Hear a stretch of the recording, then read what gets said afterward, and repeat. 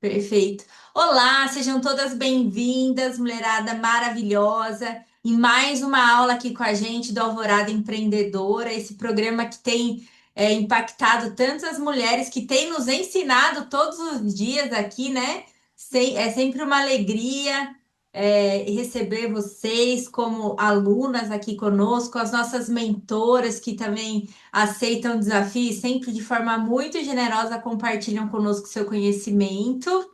Hoje nós teremos a Daniela Bidala aqui com a gente, do Sebrae, nosso apoiador, nosso grande apoiador também do nosso Summit Mulheres nas Profissões, gente. O Sebrae que está patrocinando o nosso ônibus aí, né? O primeiro, a gente já conseguiu abrir dois, gente. Mas o primeiro ônibus a gente conseguiu aí com o nosso apoiador do Alvorada Empreendedora. Estou muito feliz, sou muito grata. Só tem gente maravilhosa aqui no Sebrae no geral, né? Mas especialmente o pessoal daqui tem meu coração, porque, nossa, a gente faz muita coisa bacana juntos e sempre eles de portas abertas, sempre incentivando o empreendedorismo feminino, né? No geral, mas sempre, né, o pessoal ali do Sebrae delas incentivando o empreendedorismo feminino. E isso faz muita diferença, gente, quando a gente fala em empreendedorismo, quando a gente fala de profissionalização, né? E empreender com mais profissionalismo, com mais segurança. Então, sou muito grata aí. Obrigada, Dani, por você estar aqui conosco. E, gente, está chegando o Summit. Eu espero vocês aí amanhã, que vai sair daqui.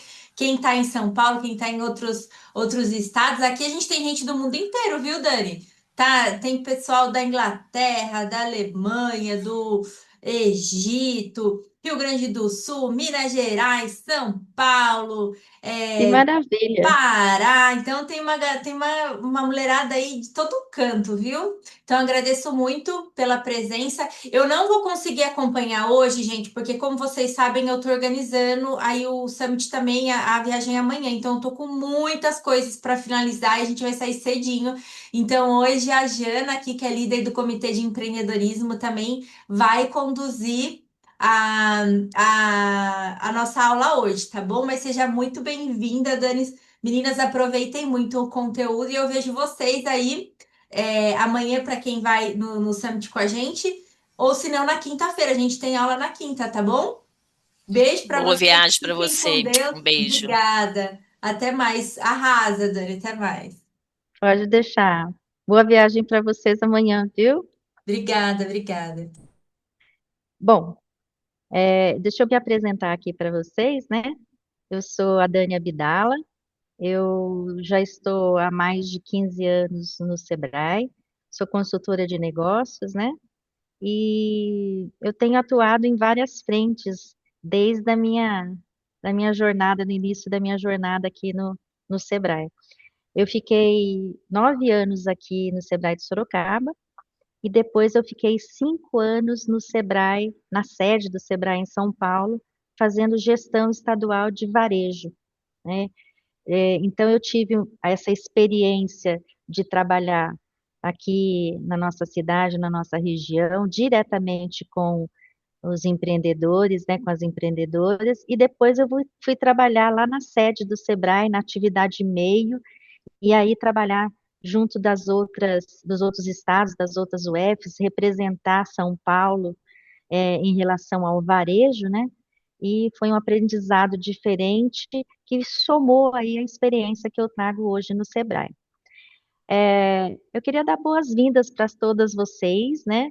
É um prazer imenso é, trazer esse bate-papo, né? Falar um pouquinho de finanças com vocês.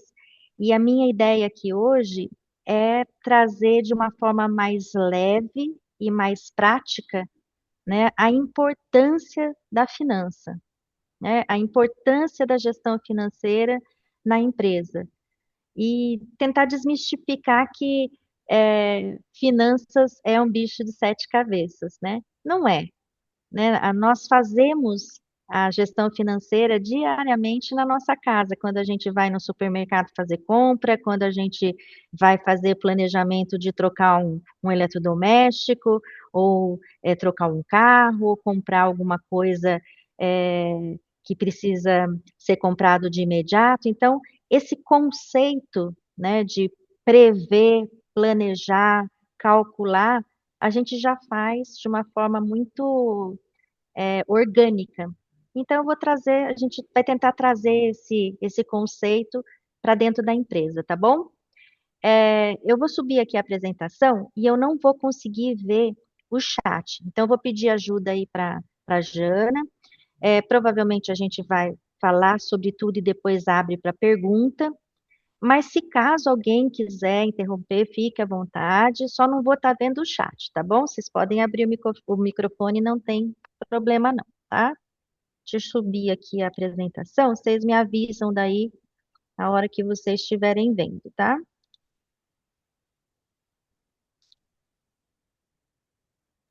Já está aparecendo Tudo para certo. vocês? Está aparecendo. Pode mandar bala, Sim. Dani. Tá em tela cheia? Isso mesmo. Tá bom. Então, eu estou trazendo aqui para vocês um conceito, né, uma mentalidade aqui para vocês pensarem em finanças de uma forma mais orgânica, tá? E a ideia é trazer para vocês os controles financeiros, mas o porquê desses controles financeiros. Por isso que eu coloquei aqui que é do controle ao lucro, né? Não tem sentido a gente controlar se não for com o objetivo, né, X. E o nosso objetivo, quando a gente abre uma empresa, é dinheiro no bolso, certo? Então, é lucro. Por isso, do controle ao lucro. Para iniciar, eu queria até que vocês abrissem aí os microfones e eu queria ouvir de vocês. Eu acho que a última vez que eu olhei aqui, a gente estava com mais de 20 pessoas aqui online, né? Eu queria saber se você hoje sabe quanto que você faturou no último mês. Tem gente que sabe aqui quanto faturou exatamente no último mês? Nós encerramos sexta-feira, dia 31 de julho. O quanto você faturou em julho?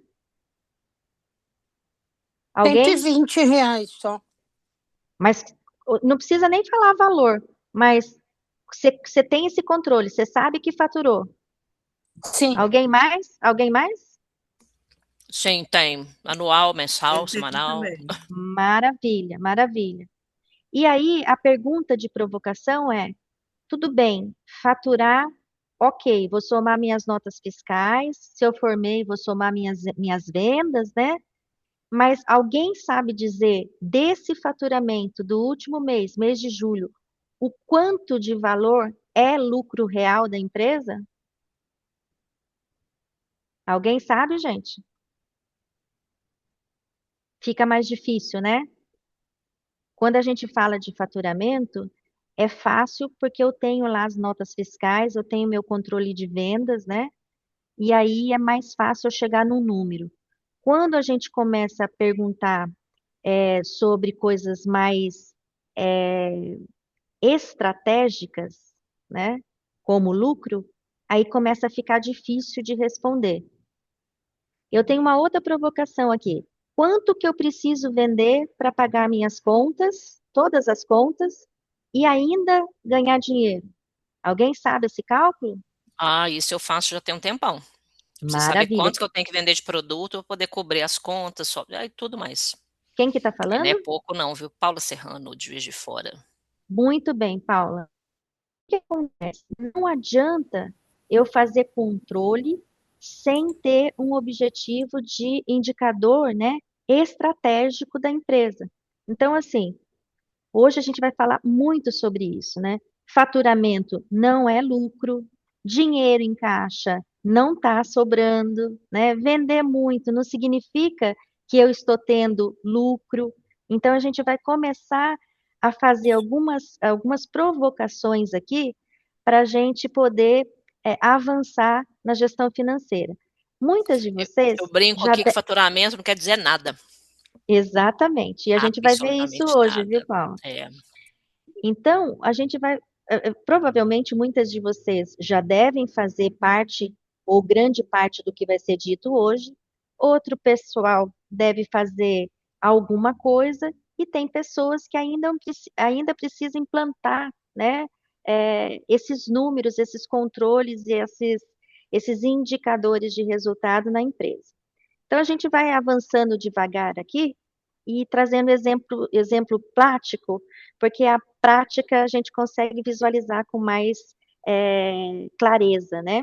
Então, vamos trazer um exemplo aqui de uma loja de roupas aqui de Sorocaba que vendeu 50 mil no mês, tá? E 50 mil é um valor expressivo para uma loja de roupas. Então, a empresária, com certeza, ela vai estar com aquele sentimento, né, com aquela satisfação, com aquela felicidade de que, puxa, eu vendi, eu faturei 50 mil. Se eu não faço os controles financeiros, aonde eu consigo identificar o que eu gastei com a mercadoria, o que eu gastei com custo fixo, o que eu gastei com imposto, o quanto que eu tive que pagar de cartão e assim afora, eu fico com a sensação de que eu faturei 50 mil e que o meu lucro foi proporcional, foi grande, né? Quando eu falei aqui de 50 mil e a empresária foi lá olhar o papel, o exemplo veio aqui, ó. Ela gastou, desses 50 mil que ela vendeu, ela gastou 25 mil para pagar as mercadorias que ela vendeu, ela gastou 5 mil com aluguel, com condomínio, com algumas despesas fixas, ela gastou 4 mil com o salário, mais encargos desse salário, ela gastou 3 mil com imposto, mais 2 mil de cartão e mais 4 mil de despesas operacionais. Então, se a gente fizer a conta aqui dos 50 mil de faturamento, sobrou 7 mil. É um valor razoável? Sim, é um valor razoável. Mas ainda assim, a gente precisa verificar se isso é lucro realmente real. Aqui eu trouxe uma provocação para vocês, que é o lucro não é sobra, né? Você tem que tirar todos os custos e, inclusive, pagar você. Então, o Prolabore é um custo fixo da empresa. E aqui em nenhum lugar a empresária tirou o Prolabore dela, né? Então, vejam bem, sobra 7 mil, mas ainda assim não é lucro, porque ainda tem o salário da empresária. Isso precisa estar dentro do custo fixo. Então, o que era um grande faturamento, quando a gente começa a detalhar, né, a gente percebe que às vezes a lucratividade é baixa, né? Ou a lucratividade é boa. Nesse caso aqui está mostrando o quanto caiu. E ainda falta tirar o prolabore da empresária. Então, eu queria trazer para vocês a mentalidade financeira que a gente tem que ter. Então, vender não é a mesma coisa que lucrar. A gente precisa descascar essa cebola, sabe? Tem muita coisa envolvida ali, né? Tem muita casca para a gente tirar e entender, muito cálculo para fazer, muitos números para conhecer, para a gente chegar lá no lucro, a visualizar se eu estou tendo lucro ou prejuízo. Então, na nossa mentalidade financeira, a gente traz sempre esse desenho da bússola. Então, a gente tem aqui, ó, quatro pontos que são de extrema importância dentro da mentalidade financeira. Eu tenho aqui a receita, né? Nessa receita aqui entra as vendas e outras receitas, mas aqui é o dinheiro que está entrando na empresa. Eu tenho os custos, e esses custos normalmente são variáveis e estão ligados ao meu produto que está sendo vendido, ao serviço que está sendo vendido, por isso ele varia de acordo com o tamanho da minha venda. Depois eu tenho despesas que normalmente são fixas, né? Essas despesas é, é para manter a estrutura da empresa funcionando, então eu vendendo ou não vendendo, ela existe. E por fim, eu tenho o lucro, que é aquilo que realmente sobra de toda a venda que eu fiz, né, o valor da receita, aquilo que sobra depois de ter pago tudo, inclusive a empresária, inclusive o Prolabore, tá? E aí, é a gente entender que esse lucro não é para ser tirado da empresa, ele é para ser reinvestido na empresa. A empresa precisa ter esse reinvestimento, né? Ou para manter capital de giro, ou para comprar um equipamento novo, ou para fazer uma reforma na fachada, N coisas aqui, mas o lucro é da empresa, tá? Não é do empresário, da empresária. Então, a lógica dessa bússola é: eu vendo, que é o que eu faturo no mês, as vendas que eu faço, né? Eu posso faturar à vista, posso faturar a prazo. As receitas são todas as entradas. Se eu vendi à vista, ela entra como receita. Se eu vendi o mês passado e eu estou recebendo, por exemplo, uma parcela de uma venda a prazo que eu fiz, ela entra aqui como recebimento nas minhas receitas. Ela não é venda, porque eu vendi o mês passado, mas entra como receita. Se eu tenho algum dinheiro aplicado, o rendimento dessa aplicação entra como receita. Se eu vendi algum equipamento ou me desfiz de alguma coisa é, de mobiliário da empresa, entra Mãe, aqui mas como você já não conversou receita. sobre o assunto com seus anos? Tira essa blusa, tá calor, filho. Eu acho que tem um microfone aberto. Aí, além das receitas, eu tenho os custos.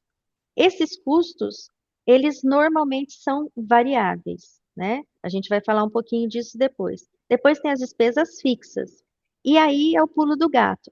Eu tenho um resultado depois de tudo isso, mas ainda assim eu tenho que fazer um olhar bem crítico para ver se esse resultado ele é final, se chegou realmente no meu lucro ou ainda tem que fazer alguns pagamentos, tá? A gente sempre faz esse checklist aqui da lógica da mentalidade financeira.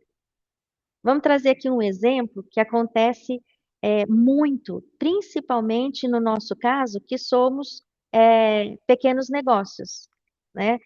Quando a gente tem uma empresa pequena, quando eu sou MEI, eu sou uma ME, eu tenho uma estrutura familiar, então eu tomo conta com meu marido, eu tenho um filho me ajuda. Quando a gente tem essa estrutura pequena e familiar, a gente tende a cometer alguns erros clássicos. E esses erros clássicos, a longo prazo, ele é uma situação muito complicada que pode abalar a saúde financeira da empresa. Então vamos lá. Primeira coisa, pagar contas pessoais com dinheiro da empresa, né? Então vou dar um exemplo aqui. Eu tenho uma loja e eu tenho a minha família, eu sou mãe de uma criança que vai numa escolinha, num período, e aí eu tenho uma babá que cuida no outro período da minha filha, e aí o que que acontece? Todo dia 10 eu tenho que pagar a escolinha e tenho que pagar a minha babá.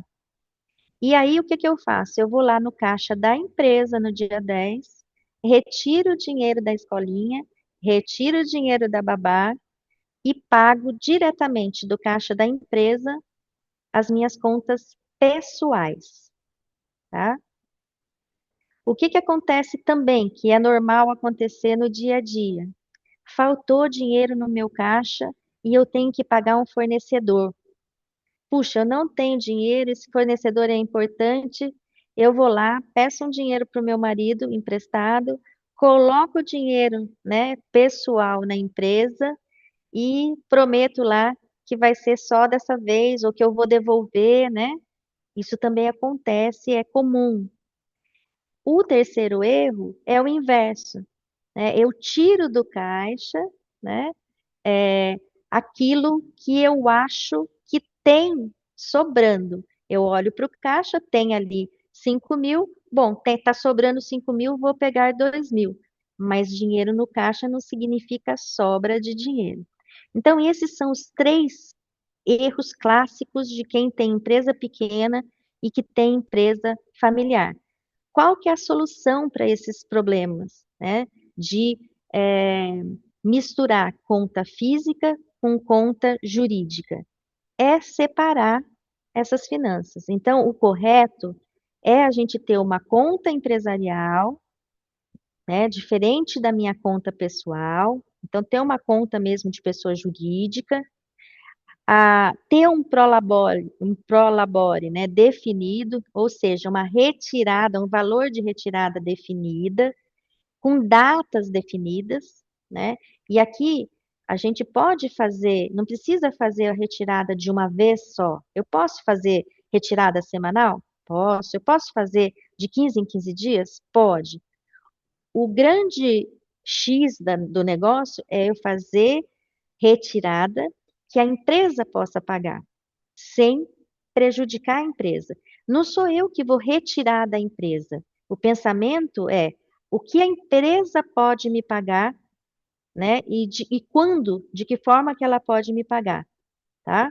Além disso, eu posso fazer retirada extraordinária? Sim, pode, mas eu tenho que analisar previamente se eu não vou descapitalizar a empresa. Então, veja bem, erro clássico, misturar as duas contas e daí eu não consigo fazer os controles de forma clara e de forma exata. Então, para eu ter uma gestão financeira bem feita, o primeiro passo que eu preciso dar é separar o pessoal da empresa, tá bom? Trazer aqui um exemplo para a gente pensar isso na prática. Então, a empresária de uma loja de acessórios, ela possui 15 mil na conta de pessoa jurídica da empresa. E aí ela fala assim, puxa, tem 15 mil lá no banco e eu tenho minhas contas lá em casa, puta, tem 15, eu vou retirar 5 mil que eu não vou descapitalizar a empresa. Só que ela não tem claramente esses cálculos, esses controles à mão para poder tomar essa decisão com assertividade. E a hora que ela vai checar, né, normalmente já aconteceu, daí eu consigo visualizar porque passou, ela, né, percebe que ela tem 6 mil de fornecedores para pagar na semana seguinte, ela tem aí salários, né, 2 mil para pagar em salário, ela tem o aluguel que vai vencer, mais 1.500, e ela ainda tem alguns impostos para pagar de R$ 1.000. Então, vamos fazer uma conta aqui, ó.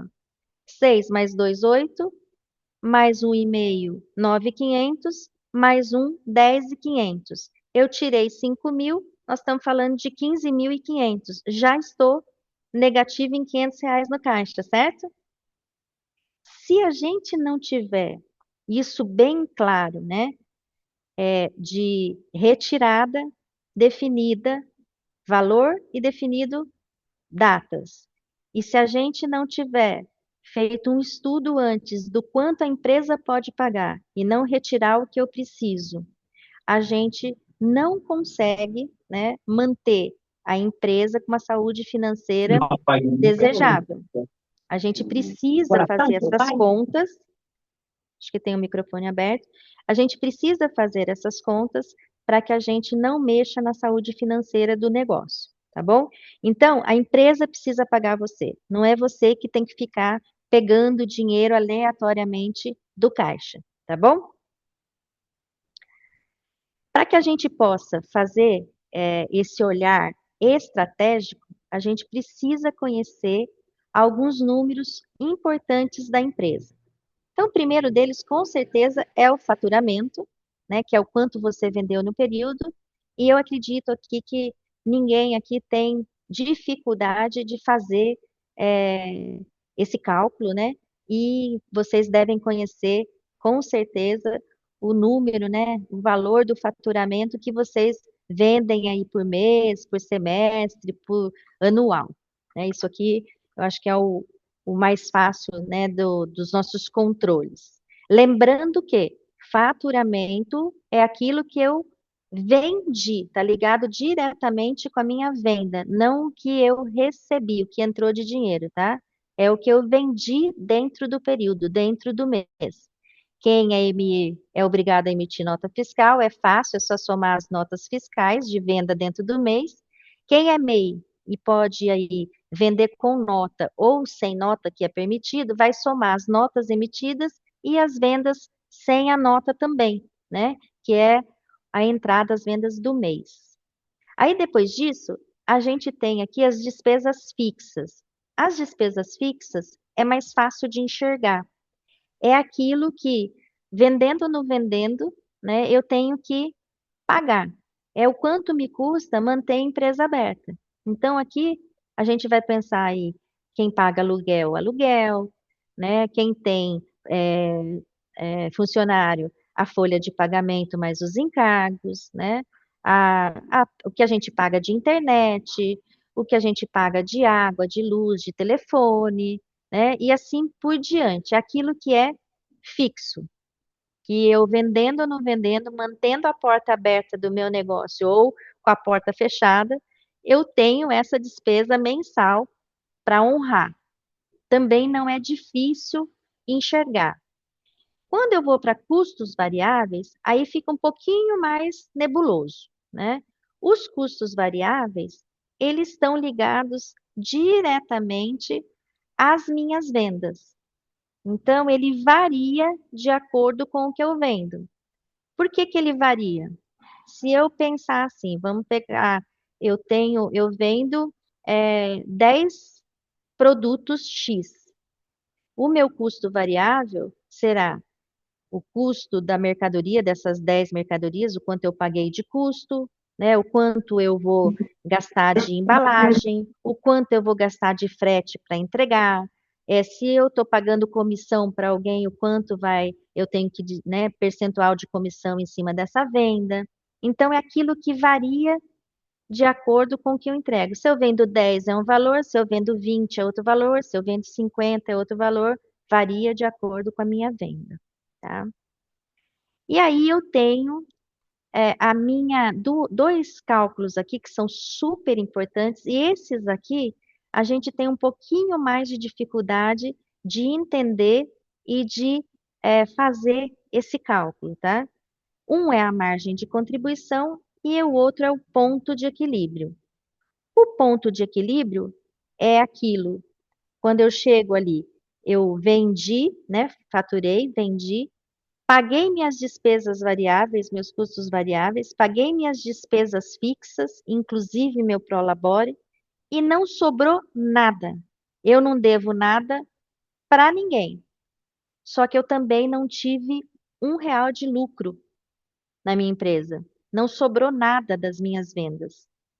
E esse ponto de equilíbrio, embora ele tenha quando a gente fala, ele traz uma sensação é, de positiva, que eu estou falando de equilíbrio, ele é muito ruim. Ele é muito ruim. Porque significa que eu tive um esforço imenso, né?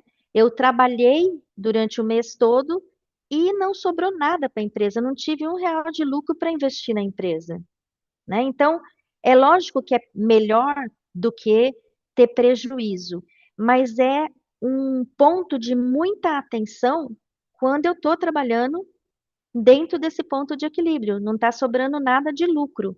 Porque qualquer deslize que acontecer, eu corro o risco de ter prejuízo.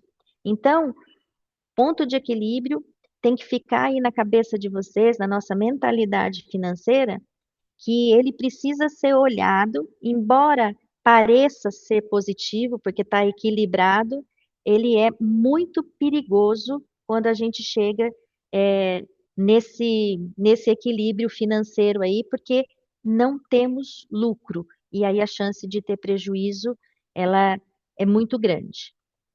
A margem de contribuição é outro número que toda empresária precisa conhecer, tá? Porque o que que acontece? Quando eu pego o meu faturamento mensal, né, e tiro todos os custos variáveis, o que me levou a custear aquele produto, né, sobra a margem de contribuição. Então, é nessa margem de contribuição que eu vou ver o quanto que vai sobrar dessa venda para eu pagar minhas despesas fixas e para eu tirar meu lucro. Então, a margem de contribuição é o preço de venda menos os custos variáveis, o que vai sobrar para eu pagar a estrutura da empresa, né, minhas despesas fixas, e para gerar o lucro da empresa. O lucro real é efetivamente o que sobra depois da gente fazer tudo isso, né? Então, o lucro real eu só vou poder apurar depois que eu paguei tudo, inclusive o nosso salário, tá? O nosso prolabore. Vamos aqui para um exemplo prático. uma empresa de serviços que vende 30 mil por mês. Ela tem ali de despesa variáveis, né, aqueles custos variáveis, custos de vendas, 9 mil. Ou seja, ela tem uma margem de contribuição de 21 mil, que é o 30, o valor de venda, mais os variáveis, 9 mil. Então, eu sei que 21 mil é o valor que eu tenho de margem para fazer os custos fixos, né? A minha estrutura física, a minha estrutura da loja, ou no caso aqui dos serviços, e saber, né, o quanto que eu estou lucrando com isso. Então, o resultado é 21 da margem, menos despesas fixas ali, e na teoria eu tive 6 mil de lucro. Quando eu visualizo isso, quando eu sei calcular a margem de contribuição, quando eu sei quais são os custos meu que variam, quando eu sei quais são as despesas fixas, eu consigo ver o resultado, ver a lucratividade que eu estou tendo naquela venda, naquele mês, né, naquela quinzena, naquele ano, e eu consigo enxergar a real situação da empresa. E mais que isso, eu consigo buscar a solução caso essa situação não seja favorável para a minha empresa.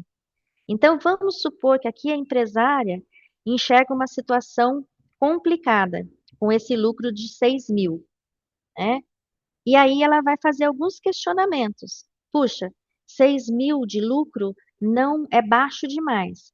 Eu preciso aumentar minhas vendas? Então, em vez de vender 30 mil, eu tenho que vender 40 mil? Esse é o caminho? Eu preciso aumentar minhas vendas e a margem de contribuição? Ou é meu preço de venda que não tá certo? Então, veja quantas perguntas, quantos questionamentos eu consigo fazer quando eu enxergo o meu faturamento com esses números que eu trouxe ali para vocês, que são cruciais para a gente poder tomar decisão dentro da empresa.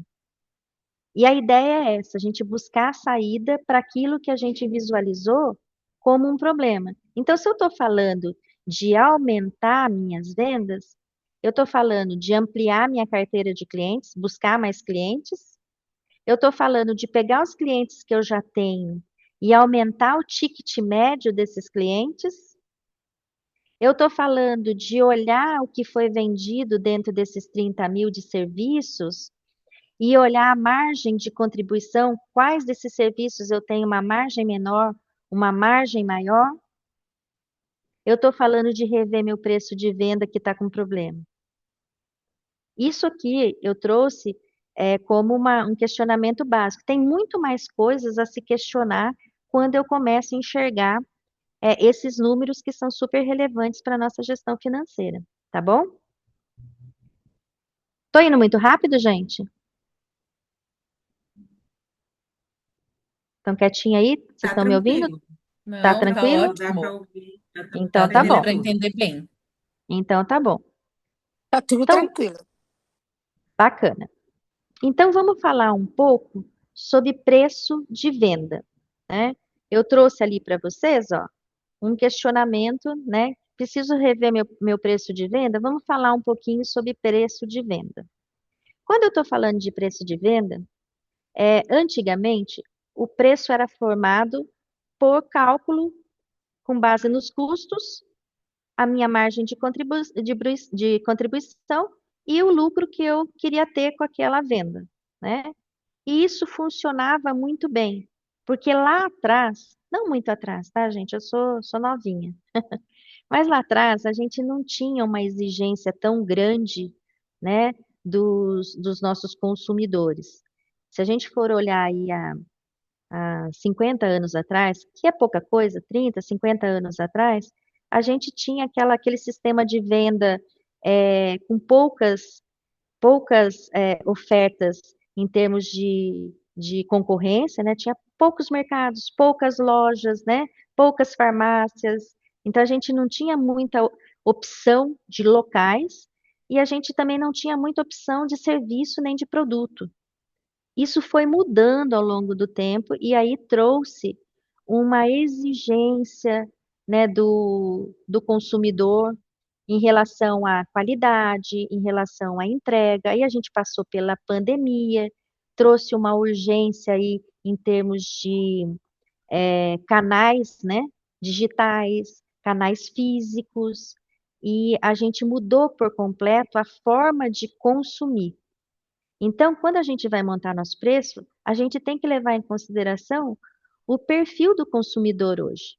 E aí a gente não pode, ó, acabei de ver aqui que eu comi o S aqui do 3, tá? Mas a gente tem aqui 3 pilares da precificação. O primeiro deles é esse que a gente tinha lá no início, há 30, 50 anos atrás, que era formar o preço através do nosso custo. O quanto me custou produzir aquele serviço, quanto me custou vender aquele produto. Então, continua sendo o nosso ponto de partida, tá?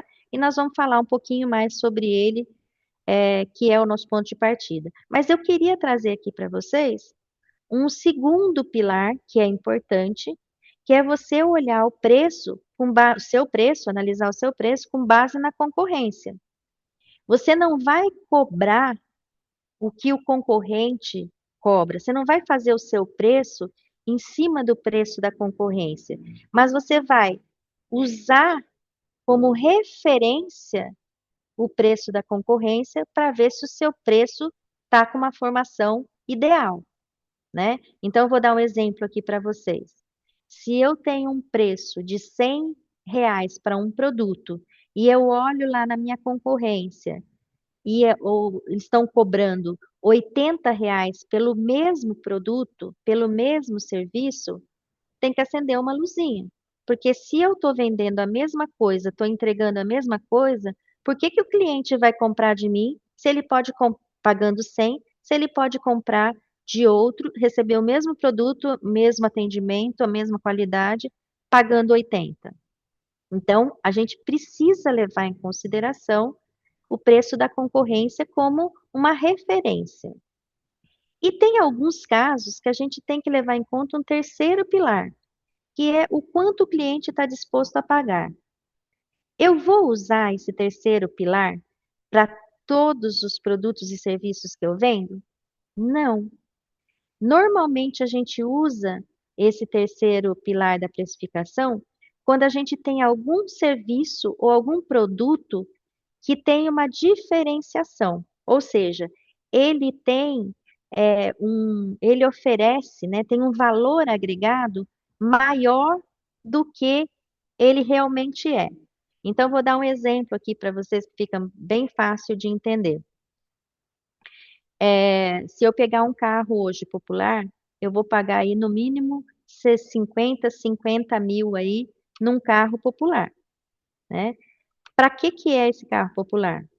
É para eu andar com ele, é para eu me locomover com ele, é para eu passear com a família, é para eu fazer minhas entregas, mas ele basicamente ele é um veículo, algo que vai me levar de um ponto para outro. Quando a gente está falando de carros, de marcas, né, como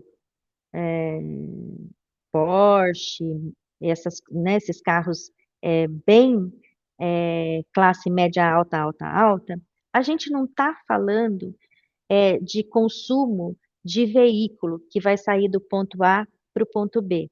A gente está falando de status, a gente está falando de estilo de vida, a gente está falando de outra coisa que não é locomoção, ou seja, ele é diferente. E aí, a pessoa está disposta a pagar, em vez de 50, pagar 500 para ele ser pertencente a essa classe social, para ele ter esse status, para ele conseguir essa diferenciação, tá?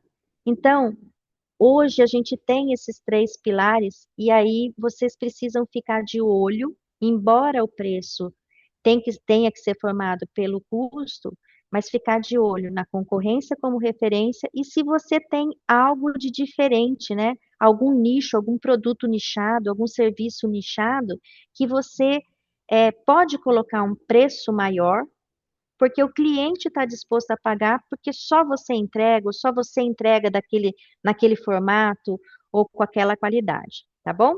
Mas vamos voltar aqui para o nosso preço, nosso ponto de partida, que é através dos custos. Então, de novo, para eu poder ter um preço adequado, eu preciso saber quais são meus custos variáveis. E os custos variáveis são aqui o custo do produto que eu estou vendendo, o custo do serviço que eu estou prestando. Então, é minha matéria-prima, são os insumos, é o tempo da profissional que está fazendo o serviço, é o frete, né, que eu vou ter que pagar, é a embalagem que eu vou ter que usar, né? Então, tudo isso varia de acordo com a minha venda, tá? Então, eu preciso saber aí qual é meu custo variável do produto ou do serviço que eu estou entregando. Aí eu tenho algumas outras despesas que são variáveis também, mas que têm uma outra conotação. Então, impostos e taxas, eu tenho ali tributação, que são alguns tributos, eu tenho taxas de cartão. Se eu tiver gente trabalhando comigo ganhando comissão, eu tenho taxa de comissão. Isso também varia de acordo com a venda. O que eu estou falando lá em cima tem a ver com o produto, o custo do produto mesmo, está ligado diretamente ao produto e ao serviço. Aqui embaixo é variável, mas está ligado à venda, tá? Por isso que a gente separou aqui, mas os dois são variáveis. Aí eu tenho a minha estrutura física e as minhas despesas fixas. E aí entra tudo que a gente vem falando, do aluguel ao prolabore, né? E aí também a gente tem que incluir a nossa margem desejada. Então, eu vou tirar minha margem de contribuição e vou colocar um percentual de lucro, tá? O que tem de importante? Por que eu estou trazendo aqui o preço de venda da empresa? Porque se eu faço um preço errado, por mais que a empresa tenha muitos clientes, ela sempre vai estar sem dinheiro, né? Eu vou estar trabalhando, eu tenho um esforço tremendo, eu vendo muito, mas eu nunca tenho dinheiro no caixa, eu nunca consigo um lucro para reinvestir, porque meu preço está errado. Então, é muito importante que a gente entenda esse conceito de preço, porque o meu preço paga a minha empresa, tá? Então, montar o preço adequadamente é necessário para que a gente mantenha a saúde financeira da nossa empresa. Vou trazer aqui outro exemplo para vocês em relação a preço. Então, uma loja compra uma peça por R$ 100. E aí, a empresária pensa assim: bom, eu paguei 100, eu vou colocar 50% e vou vender por 150. E aí eu tenho um lucro de R$ 50, porque eu paguei 100 na peça. Por mais, por mais difícil que seja a gente falar assim, ah, não, isso acontece. Gente, acontece. Acontece, isso aqui é corriqueiro. Inclusive, o fornecedor, às vezes, faz essa conversa com a empresária, quando ela não sabe calcular o preço, e ele fala assim: põe 20% em cima, põe 50% em cima, põe 100% em cima, que você vai ter lucro. Não tem como fazer preço colocando um percentual em cima, porque o que acontece? Eu sou a Daniela, a Janaína é a outra empresária. Nós vendemos a mesma coisa, o mesmo produto, com o mesmo preço. Só que a Janaína tem uma estrutura super enxuta e eu tenho uma estrutura muito mais pesada, ou seja, eu tenho um custo fixo maior, ela tem um custo menor. Nós não vamos lucrar a mesma coisa, né? Então, embora a gente tenha a sensação de que a gente está tendo um lucro de 50%, às vezes a gente pode estar tendo um prejuízo enorme, porque a gente tem imposto para pagar, cartão para pagar, embalagem, comissão, tudo aquilo que a gente já conversou de custo variável e de custo fixo. Então, a grande pergunta é: comprei algo por 100, vou vender por 150, formei meu preço e deu 150, o quanto que eu estou tendo de lucro? E aí, para isso, eu preciso saber aqui, ó, o que a gente acabou de falar.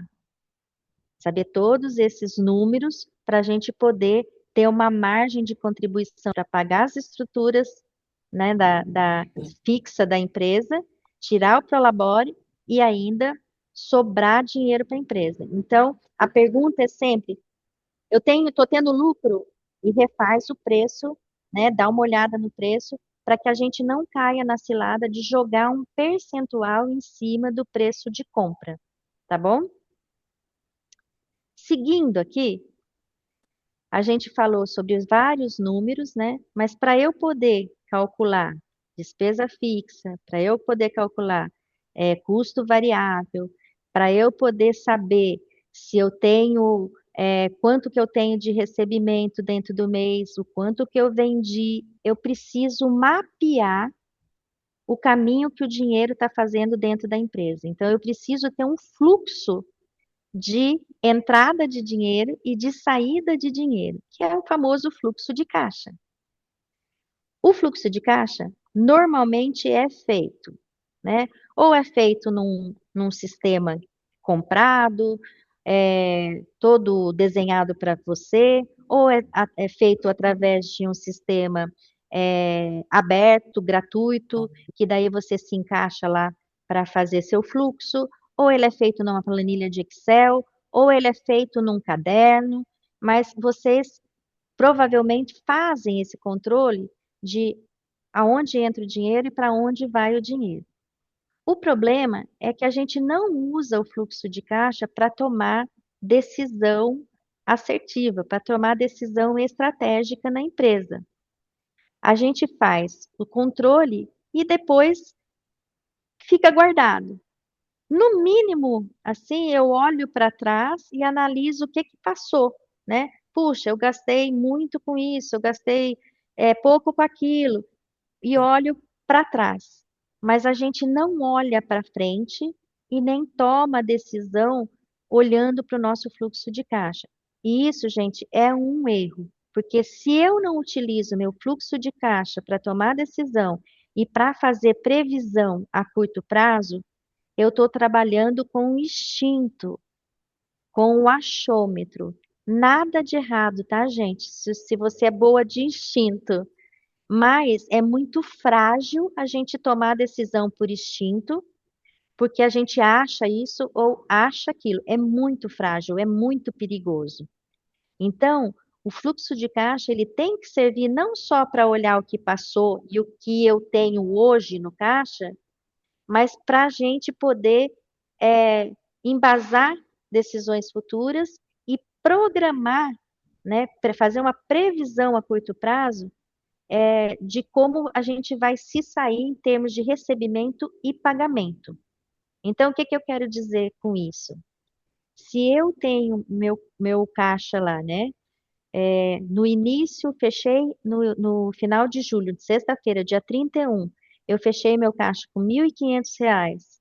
Eu preciso saber, no dia 31, na sexta-feira, o que que eu tenho para pagar na semana seguinte e se esses 1.500 são suficientes. Porque se eu tenho para pagar 1.800, eu já entro na semana com 300 negativo. E aí eu preciso tomar decisão de imediato. E decisão assertiva. Da onde que eu vou tirar R$ 300? Eu vou tirar de uma inadimplência, dos clientes inadimplentes? Eu vou lá cobrar um cliente inadimplente? Eu vou negociar um fornecedor que eu tenho que pagar de 300, de R$ 400 naquela semana para a semana seguinte? Eu vou deixar de pagar um imposto que tem um juros e uma correção baixinha para pagar no mês seguinte? São várias. Eu vou, por exemplo, fazer uma promoção de algum produto para que eu tenha uma entrada maior de dinheiro? Então, percebam que eu tenho várias alternativas para trabalhar com o meu caixa, que vai faltar dinheiro. Só que para isso, eu preciso trabalhar com, no mínimo, né, 15 dias, 30 dias de antecedência. Aqui tá 7 dias, mas assim, uma semana, gente, é muito difícil da gente contornar situações de falta de dinheiro. Então, o meu conselho é que vocês trabalhem com uma previsão aí de 15, 30, 45 e 60 dias, para que vocês possam tomar decisões assertivas para manter esse caixa em funcionamento. O que que acontece quando eu não analiso o meu caixa, né? Não faço previsão, não tomo decisão baseada nessas previsões e tomo decisão através de intuição ou do achômetro. Eu vou descapitalizando a empresa, né? Então, é muito perigoso isso. Quando eu faço essas previsões, eu consigo, inclusive, calcular o capital de giro que eu tenho que ter para que eu possa fazer a minha empresa se manter e o meu caixa sobreviver. O que que quer dizer isso? Eu consigo calcular que eu preciso sempre ter um valor, por exemplo, de R$ 1.000, de R$ 500, de 300. Se eu tenho uma empresa que fatura mais, de 10.000, de 15.000, para eu poder operar esse caixa quando eu tiver alguma diferença aí para pagar, que está no negativo, ou que eu deixei de vender e aí vai me faltar, ou que eu estava contando com um recebimento que não entrou, para eu poder usar esse dinheiro para o giro. Só que, quando eu uso com responsabilidade, eu tomo decisão baseada na previsão do meu caixa, eu reponho esse dinheiro.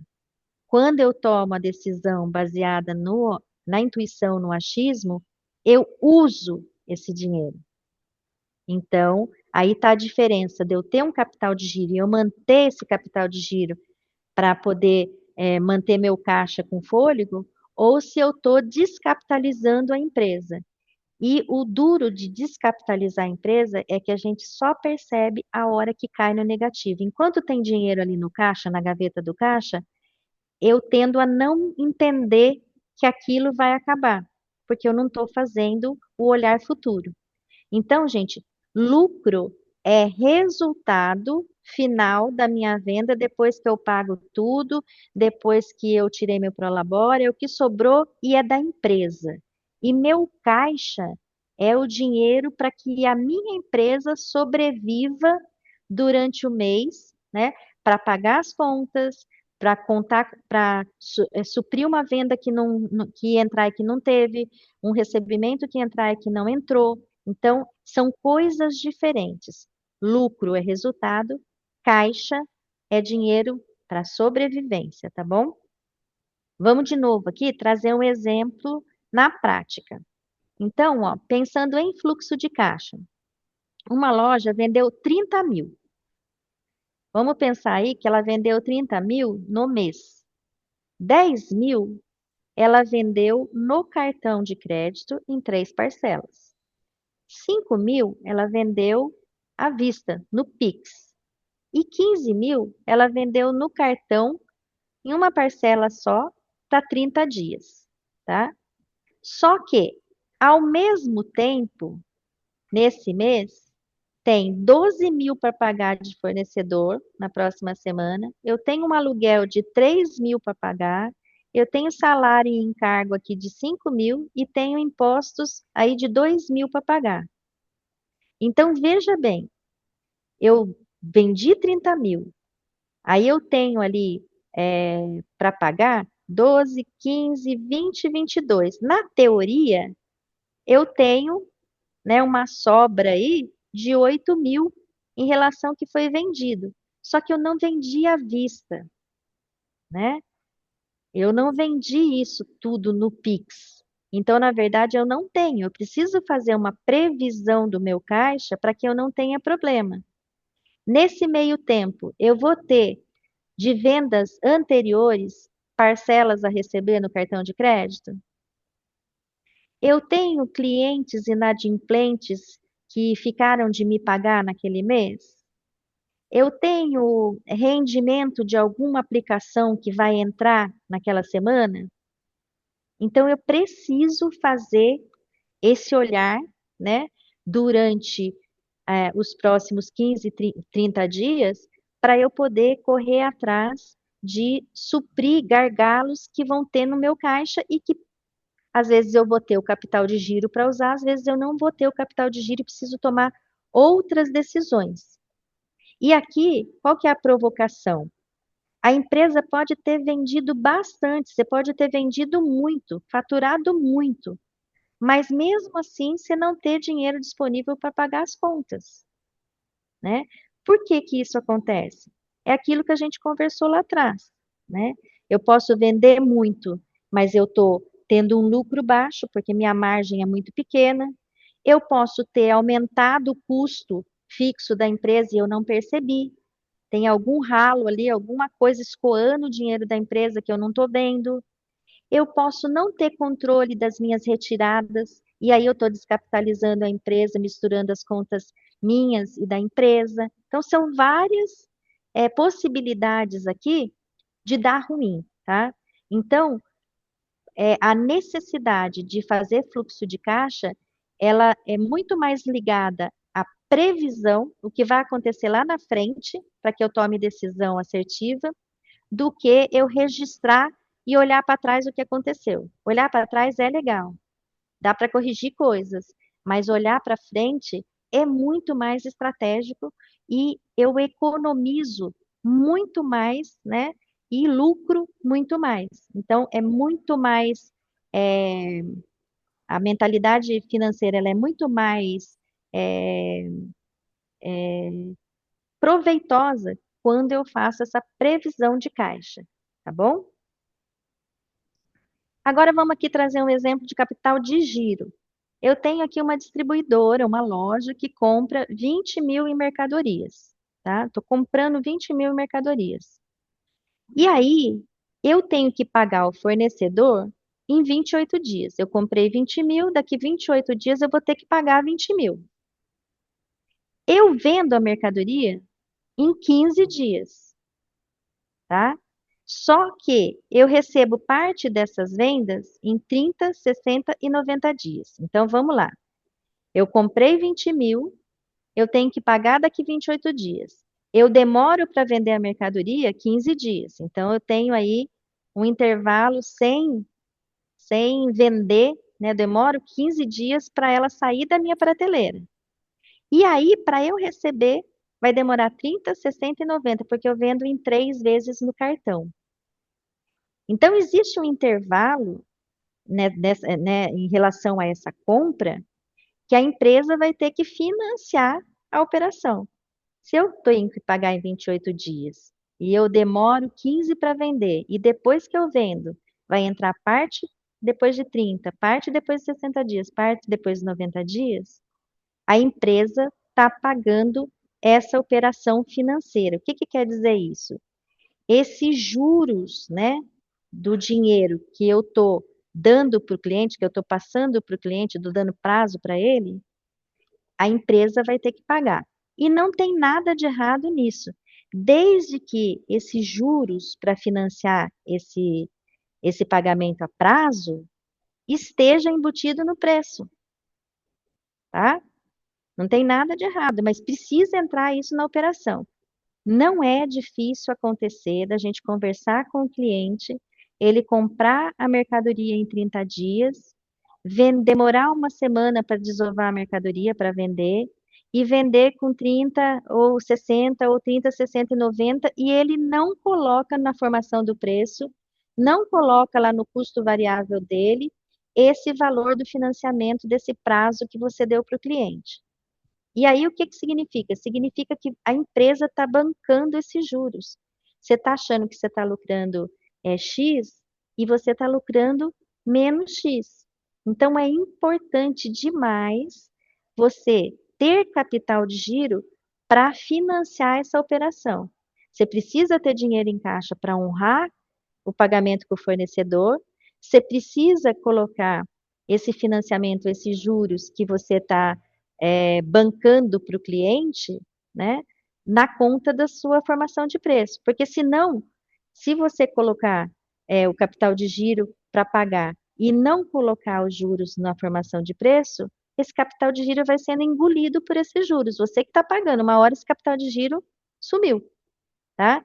Então, a pergunta é, você consegue continuar funcionando mesmo financiando essa operação? Ah, eu tenho capital de giro. Seu preço de venda está levando em consideração o financiamento dessa operação? Ah, tá. Perfeito. Mas não pode deixar de fazer essas duas perguntas para não ter prejuízo. Tá ok? Bora mais para frente aqui. Como a gente está falando de finanças, né, a gente não pode deixar de falar de estoque. Porque, gente, estoque parado na prateleira é dinheiro empoeirando, tá?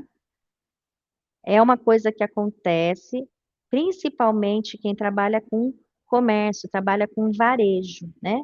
Às vezes também acontece com quem trabalha com indústria. É mais difícil acontecer com serviços, né? Mas ainda assim pode ser que a gente erre na mão aí para quem presta serviços nos insumos. Mas ele é o estoque parado, né? E ter dinheiro é, comprometido nesse estoque que não está no fluxo de caixa para uso, ele é um problema grave que pega aí a indústria e principalmente o varejo. Então, antes de falar um pouquinho, né, da reposição do estoque, a gente queria falar aqui com vocês a importância do fornecedor. Então, a gente precisa ter bons fornecedores, né? Pessoal, uma coisa que é muito importante, não fiquem presos a um fornecedor só. Tenham ali na manga, pelo menos ali, plano A, plano B, plano C.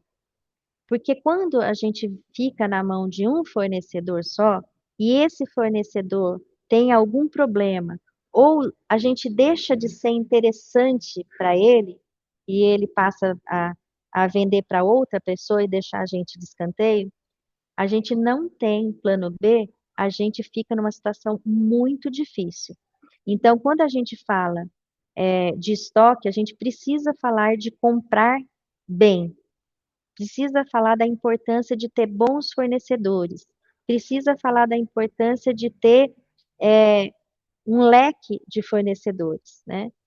E a gente não pode cair de jeito nenhum na comodidade de comprar sempre do mesmo fornecedor, sem fazer alguns questionamentos, né? Então, como é que está o preço desse fornecedor em relação aos outros fornecedores? Continua atrativo? Como é que está o prazo de pagamento que esse fornecedor está dando para mim? Ou tem fornecedores que estão oferecendo um prazo que é mais bacana para o meu negócio? Esse fornecedor, ele está amarrando na minha compra um lote mínimo, né? Eu sou obrigada a comprar um lote mínimo, uma quantidade mínima, e essa quantidade é além do que eu preciso, e isso está ficando parado no estoque. Eu consigo comprar de outro fornecedor que não atrela uma quantidade mínima na hora da compra? Esse fornecedor está mantendo a qualidade que eu preciso? Ou tem fornecedores que estão entregando uma qualidade maior, melhor, né? E assim por diante. Então, eu preciso estar sempre analisando o meu fornecedor, principalmente quando eu tenho um fornecedor que eu já estou acostumado, que eu já conheço, que tenho um entrosamento grande, que ele me atende a hora que eu preciso. Aí começa a gerar uma relação de muita confiança e muita parceria que acaba cegando a gente no sentido de olhar se eu estou comprando bem, tá? Por isso que eu estou trazendo essa provocação aqui para vocês. E a gente precisa sair daquele mantra de comprar mais barato. A gente não está mais nessa fase de comprar bem é comprar barato, né? A gente tem outras condições que a gente precisa analisar: prazo, entrega, lote, qualidade, né?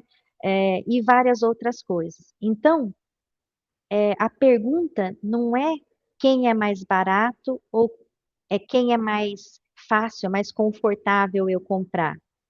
A pergunta tem que ser qual condição né, o fornecedor me dá, que preserva melhor meu caixa, que dá uma margem de contribuição legal para a gente.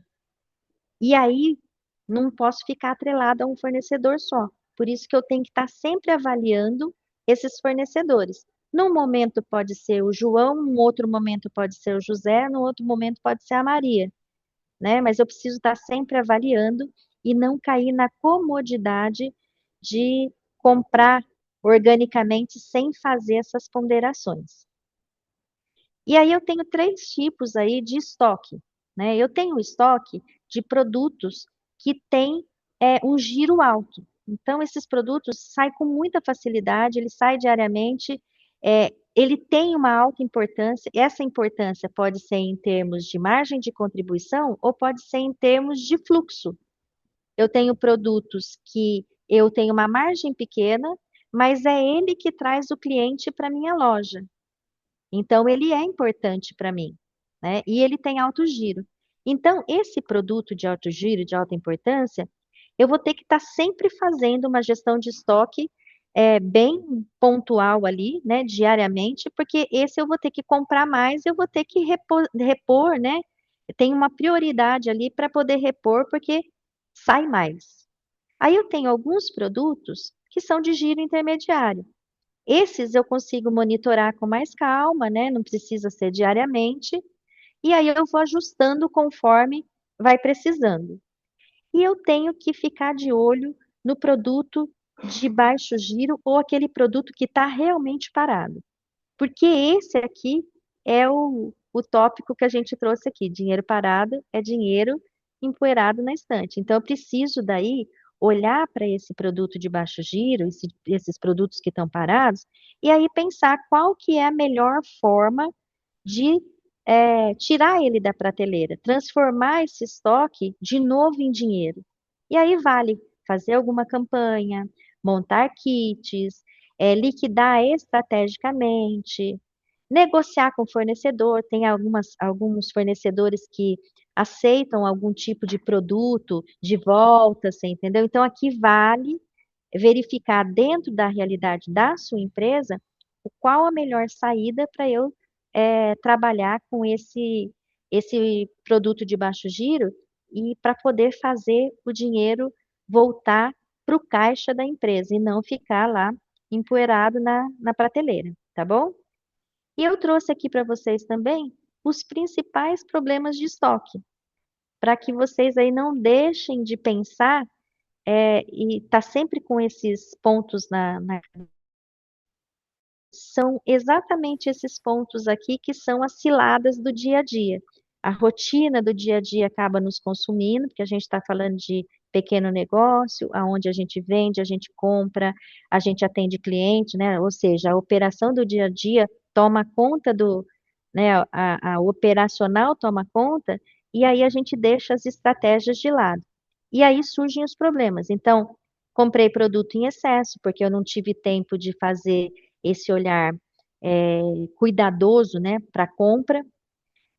Produto está parado porque eu acabei não fazendo campanha, não fiz nenhuma liquidação estratégica, perdi o prazo de negociar com o fornecedor para trocar por outro produto. Comprei por impulso, né? O que que acontece? Puxa, fui lá no meu fornecedor, lançou um produto novo, putz, eu gostei pra caramba. Gente, isso acontece. Eu gostei. A empresária pode gostar muito, mas a pergunta é: meu cliente vai consumir? Porque às vezes o que eu gosto não é o que o meu cliente consome. Então, às vezes a gente compra por impulso pensando na gente, às vezes a gente compra por impulso e fecha um lote mínimo, sendo que esse lote vai sobrar, eu não vou conseguir vender porque é um lote grande para o meu tipo de negócio. Então, eu compro por impulso, né? Comprei sem planejamento e assim por diante, tá bom? Então, quando a gente falar de estoque e fornecedores, esse tópico tem que estar na nossa mentalidade financeira, tem que estar dentro da gestão financeira da nossa empresa, tá bom? Como é que eu tô de tempo aí, Jana? Tá tranquilo, pode continuar, Dani. Tá de boa. É? Então tá Uhum, bom. pode continuar.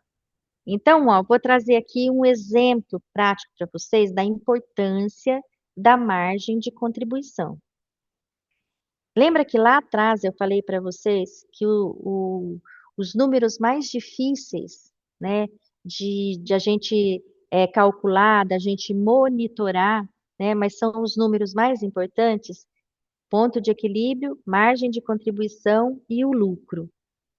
Então, ó, ponto de equilíbrio é para a gente ficar espertésima. A gente não pode trabalhar no ponto de equilíbrio. Isso para a gente é uma corda bamba, tá? Financeiramente pensando. Então, a gente precisa ficar de olho no ponto de equilíbrio. A gente precisa fazer todos os cálculos para chegar no lucro real, porque se a gente fizer até a metade, a gente está iludida que aquilo ali é lucro, mas tem muito mais coisas para pagar e a gente daí começa a trabalhar com um valor errado. E a margem de contribuição, ela é fundamental quando a gente está falando de produto, né, de serviço. Então, quanto mais você conhece a margem de contribuição, melhor, né, melhor você consegue formar preço, tomar decisões assertivas, porque você consegue visualizar não só a margem de contribuição mensal em relação à sua venda, mas se você conseguir visualizar por produto ou por serviço, você consegue tomar decisões assertivas do que vender e de que hora vender. Então, por isso que eu trouxe esse exemplo aqui, ele é um pouco mais detalhado, mas vale depois vocês debruçarem nesse conceito de margem de contribuição. E veja bem, eu não quis trazer aqui para vocês cálculo de finanças, né? Eu estou trazendo aqui conceito para que vocês tenham em mente essa mentalidade financeira, né? Ah, eu quero aprender a fazer o cálculo. Ok, nós vamos lá fazer uma consultoria sobre fluxo de caixa, sobre formação de venda, sobre formação de preço, sobre capital de giro. Aí é um outro bate-papo. O meu intuito aqui hoje é trazer para vocês uma mentalidade financeira, que números vocês têm que conhecer dentro da empresa para que vocês tenham uma gestão financeira que permita vocês tomarem decisão assertiva para a empresa, tá?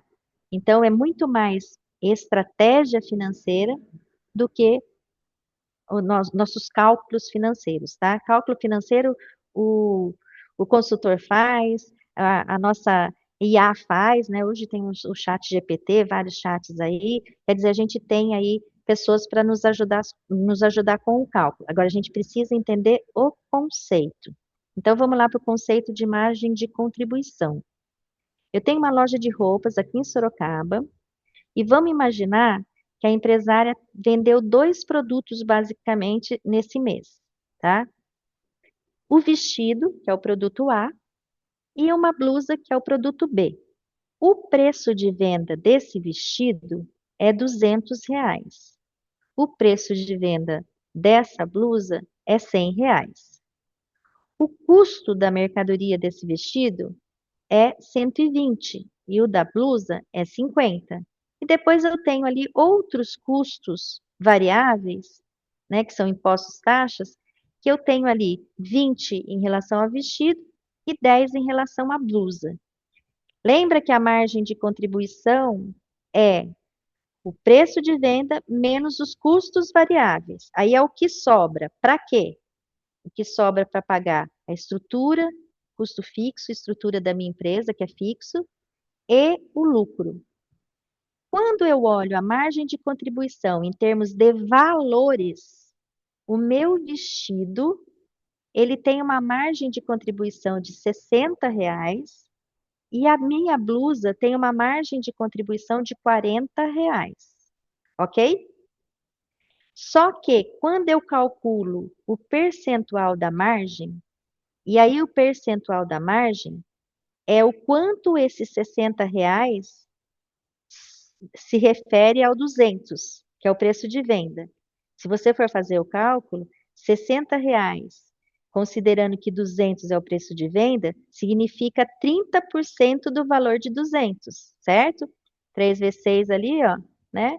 Então, a gente tem ali 3 vezes, né, 3 vezes 2, 6, a gente tem R$ 60, que representa 30% do meu valor de venda. Ou seja, eu vendo um vestido e eu tenho, sobra desses 100%, sobra 30% de margem de contribuição, sobra R$ 60. Minha margem de contribuição é de 30% desses 100. A blusa, quando eu olho a margem de contribuição em real, eu tenho uma margem de contribuição menor do que o vestido, porque é R$ 40, o vestido tem uma margem de 60.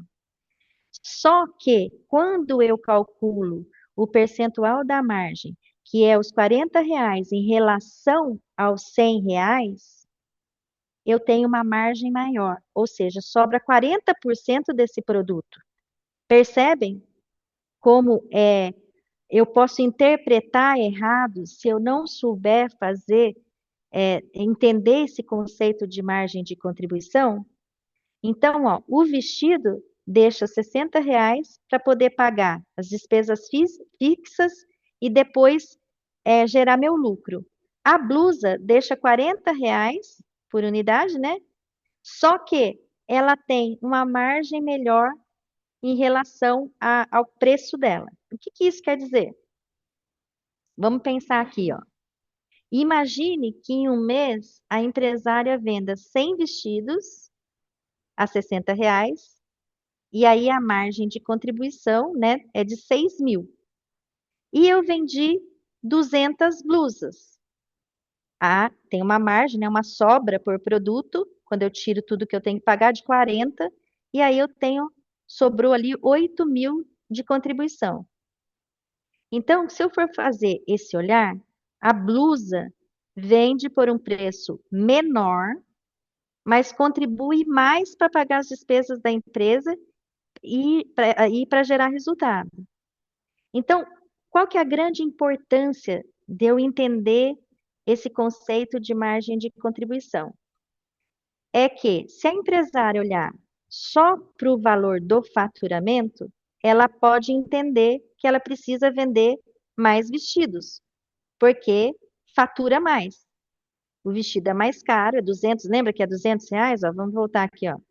O preço de venda é R$ 200. Se ela for olhar em faturamento, ela vai falar assim, puxa, eu preciso melhorar minha margem de contribuição, vou vender mais vestido. Só que, se ela olha o percentual de margem de contribuição, ela pode optar por, puxa, eu preciso estimular minhas vendas de blusa, porque elas deixam uma contribuição proporcionalmente maior. Percebem? Quando eu olho em termos de preço de venda, né, em faturamento, quanto eu estou vendendo, quanto eu estou faturando, eu posso tomar a decisão errada, porque eu não estou vendo o detalhamento do preço, eu não estou vendo o detalhamento do quanto é minha margem, eu não estou vendo o detalhamento de qual é o meu lucro por peça.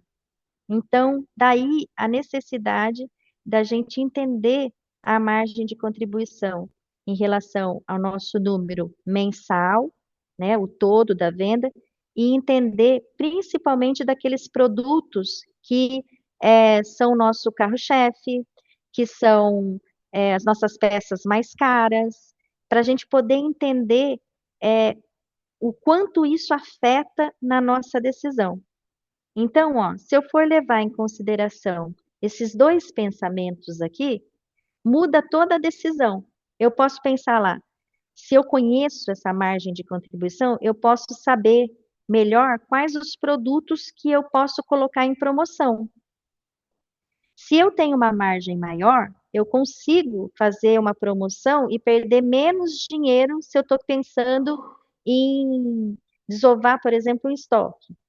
Se eu vou fazer uma promoção real de peças novas, por exemplo, se eu sei a margem de contribuição que eu tenho, eu sei até onde eu posso dar o desconto, até onde eu posso fazer a promoção sem causar nenhum tipo de prejuízo, você entendeu? Entrar no meu lucro ou causar prejuízo de fato, né? Se eu sei os produtos que têm uma margem de contribuição melhor, eu posso, inclusive, destacar esses produtos na vitrine para poder estimular a venda desse produto, porque eu sei que ele contribui mais. Ele me permite ter uma maior lucratividade. Se eu sei a minha margem de contribuição, eu consigo investir em publicidade de forma mais adequada. Então, olha, eu tenho um estoque parado e tenho uma margem de contribuição boa desse estoque, eu não estou vendendo. Então, eu vou investir em publicidade para tirar ele da prateleira. Ou eu tenho uma peça nova e que ela tem uma margem de contribuição muito além dos outros produtos. Eu vou investir em publicidade porque eu preciso dar um up aí no meu lucro, né? Se eu sei a margem de contribuição, eu posso oferecer esses produtos em kits. E aí eu posso juntar um que tem uma margem de contribuição boa com aquele que tem uma margem de contribuição menor, né? E puxar a venda casada aí, né?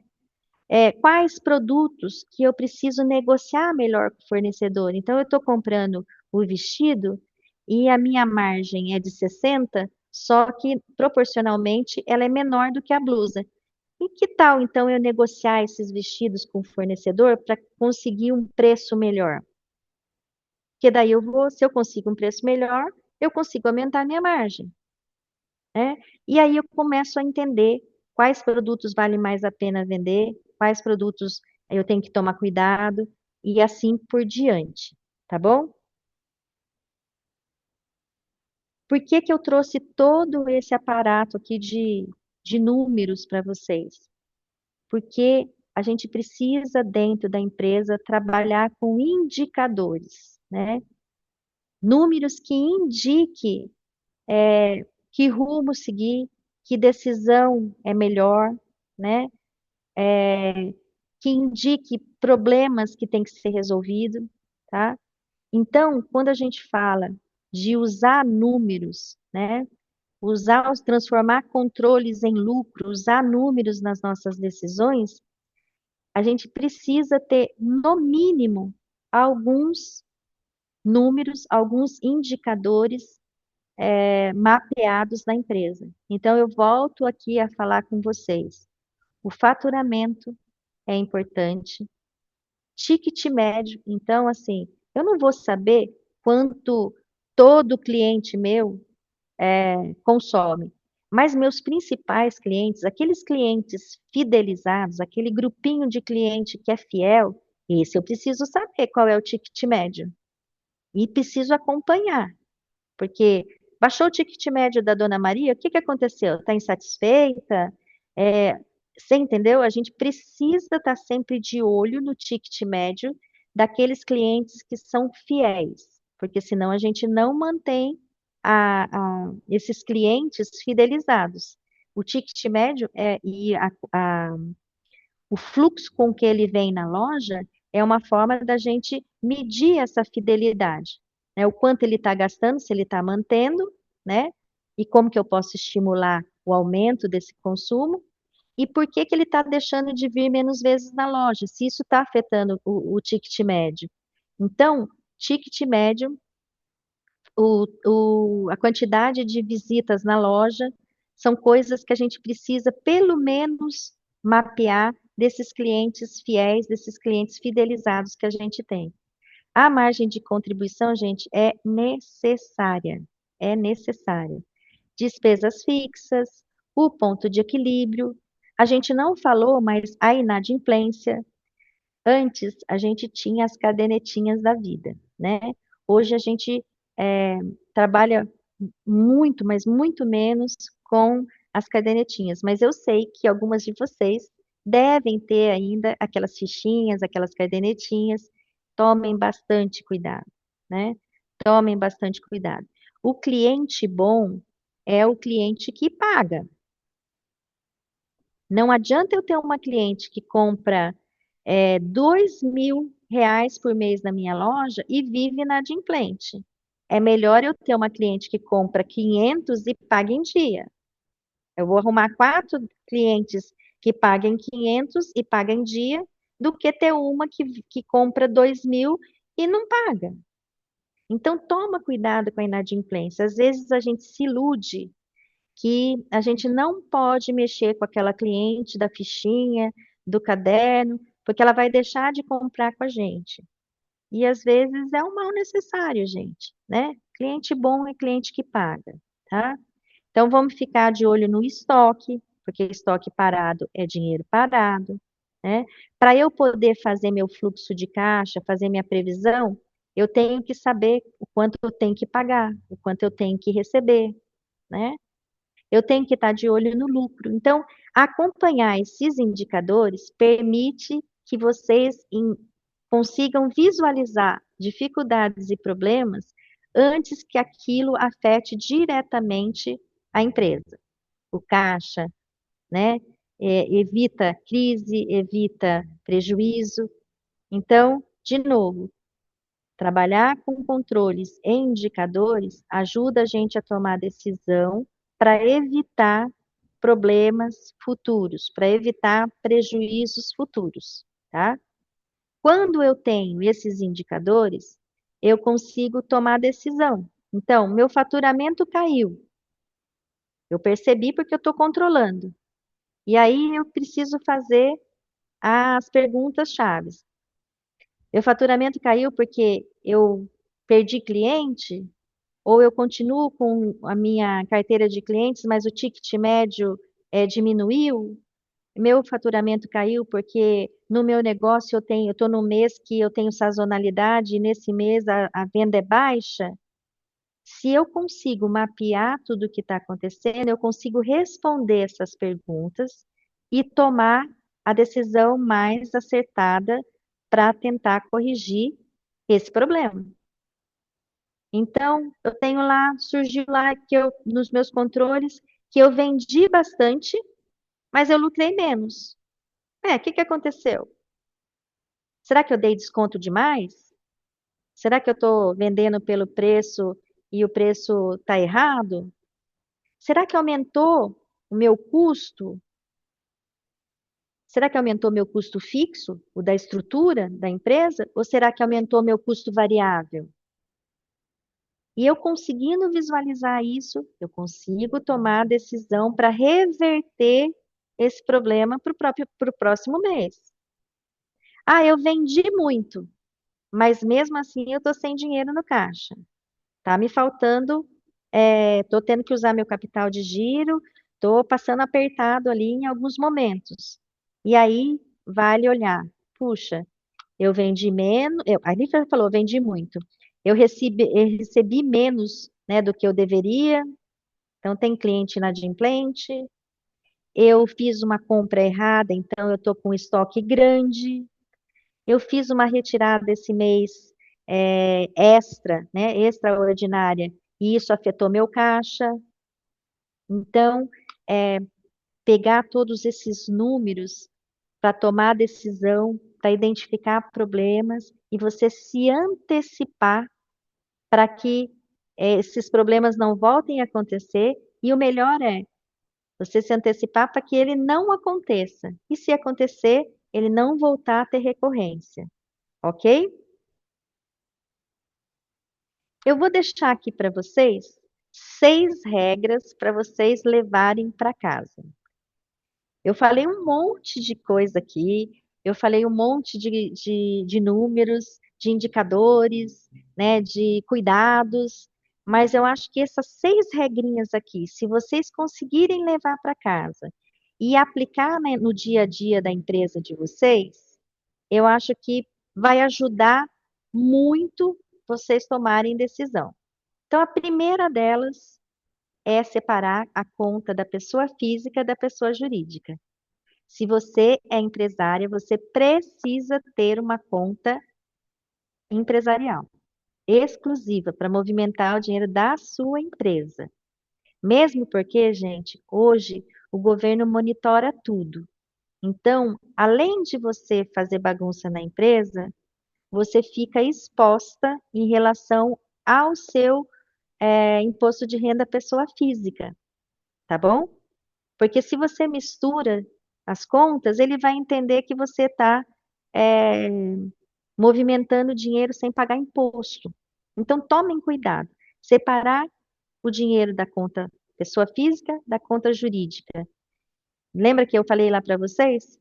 conta empresarial, né, conta de pessoa jurídica, e definir prolabore, definam o valor e as datas para fazer retirada de prolabore. Prolabore, eu estou engasgando aqui. Prolabore não é o quanto você quer tirar da empresa, é quanto a empresa pode te pagar. É o inverso, tá bom? Regra número 2, mapeie seus custos e despesas. Então, os custos variáveis, fiquem de olho, porque ele pode subir. Se você tiver um bom fornecedor e souber negociar, você pode fazer baixar, né? Fique de olho nos custos fixos. Às vezes, na correria do dia a dia, não é difícil dos custos fixos aumentarem e a empresária não perceber. Então, fiquem de olho nos custos fixos. Quanto você está pagando de telefone, quanto você está pagando de salário, quanto você está pagando do material de limpeza que você usa, do material de escritório que você usa. Porque a gente, às vezes, quando vai fazer esse olhar mais detalhado, a gente percebe que tem alguns ralos ali onde está escoando dinheiro que não precisava escoar, tá? Pagando coisas que não está sendo usada. Ah, eu estou pagando lá um aplicativo X e ninguém está usando, tá? Então, mapear custos variáveis e custos fixos, tá? Terceira regrinha aqui de ouro. Não forme preço aplicando um percentual qualquer. Então, não caiam na cilada de jogar um percentual lá no seu preço de compra, né? Ah, eu comprei por X, vou aplicar Y e vou vender por Y, e achar que aquilo lá é lucro.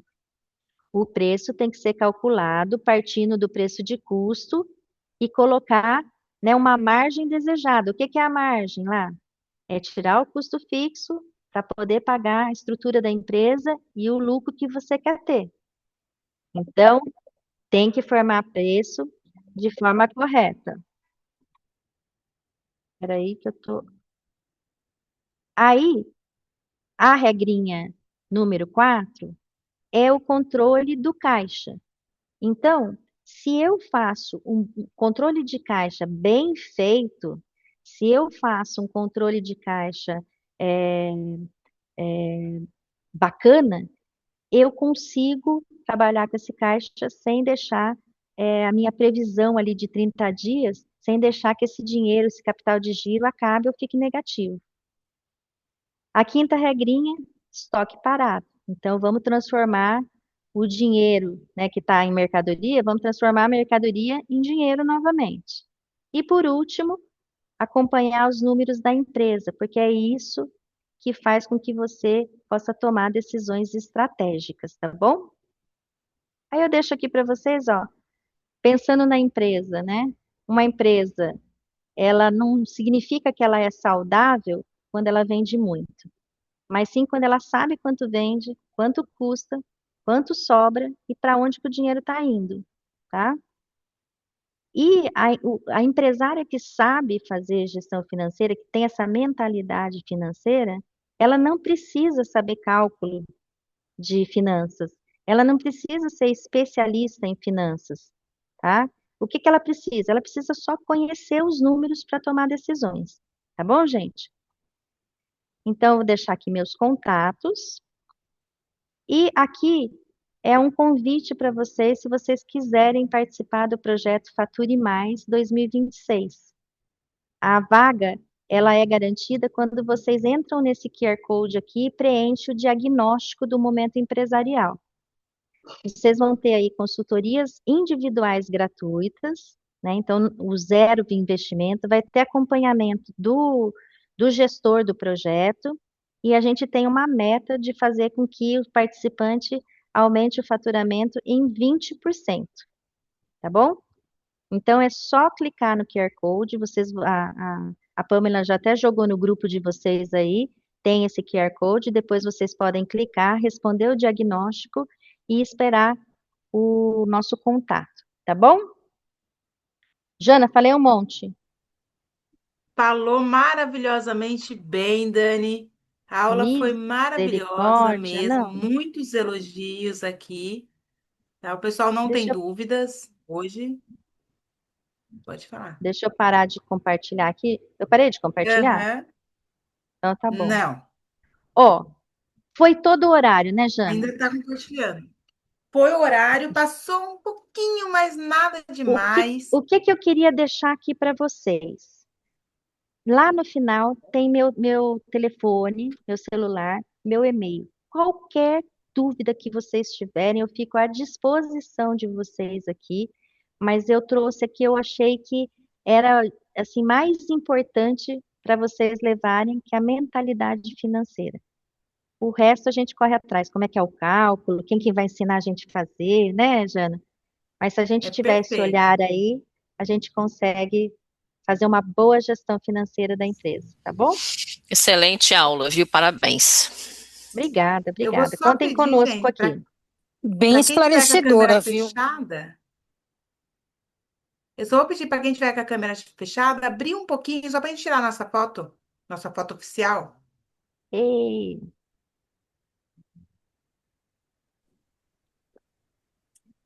eu vou pedir depois para você mandar para mim, Jana.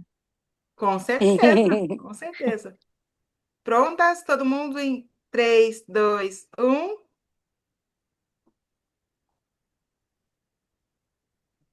Boa, gente. Muito obrigada.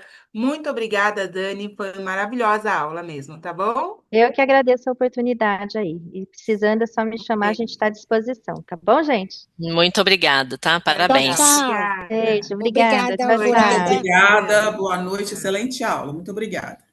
Boa Show de noite. bola.